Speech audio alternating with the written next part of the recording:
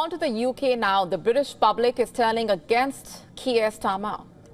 I know what you're thinking. Already? Didn't he just enter 10 Downing Street? Well, recent reports suggest that more than 6 in 10 Britons may now dislike the Prime Minister.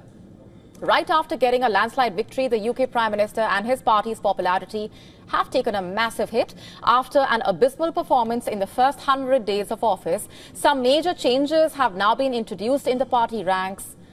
Recently, in what was touted to be a bold move, the UK Prime Minister also had to let go of his Chief of Staff, Sue Gray, post the Freebies Gate controversy that his party found itself dealing with.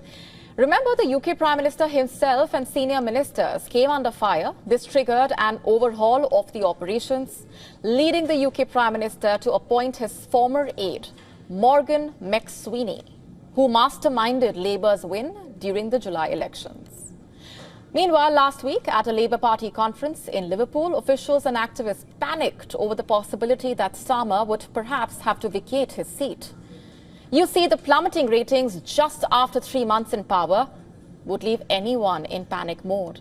However, Starmer is not the first politician in history to suffer such a blow. The most glaring example here is perhaps his predecessor, Rishi Sunak, whose favourability fell 11 points only 70 days into the job. Whereas leaders like Boris Johnson, Theresa May, David Cameron enjoyed fairly stable net ratings over the same period. But what is remarkable here in Starmer's case is his disastrous fall after a meteoric rise.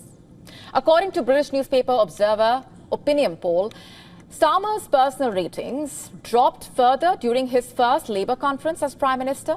24% approved of the job he was doing, and a staggering 50% do not believe he's doing his job properly. You see, Keir Starmer already has a series of self-goals to his name, pretty embarrassing ones. The Wardrobe Gate controversy has led to mounting trouble for him. It's still early days. Even critics say it may be too early to write off Starmer just yet, of course. But how early is too early, given UK's ever-changing political landscape? Can he save himself?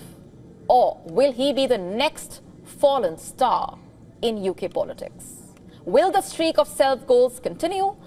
Only time will tell. To stay up to speed with the latest news, download the WION app and subscribe to our YouTube channel.